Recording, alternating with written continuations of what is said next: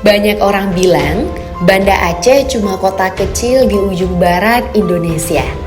Tapi mereka lupa bahwa permata paling berkilau sering tersembunyi di tempat yang paling sunyi. Ini bukan kota yang ketinggalan. Ini kota yang tahu caranya menjaga jati diri. Kau cari Bali yang belum tercemar, Lombok yang belum dipoles.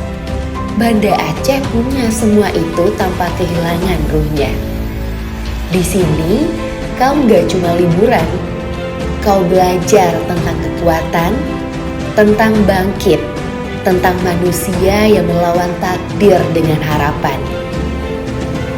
Satu cangkir kopi, satu malam di Banda Aceh. Dan kau akan sadar, selama ini kita yang ketinggalan. Kalau kau pikir Aceh itu ketinggalan, mungkin kau yang belum sampai ke masa depan. Rugi? Beneran rugi kalau nggak ke Aceh sekali seumur hidup. Jangan cuma lihat, rasakan. Terbanglah ke Banda Aceh sekarang.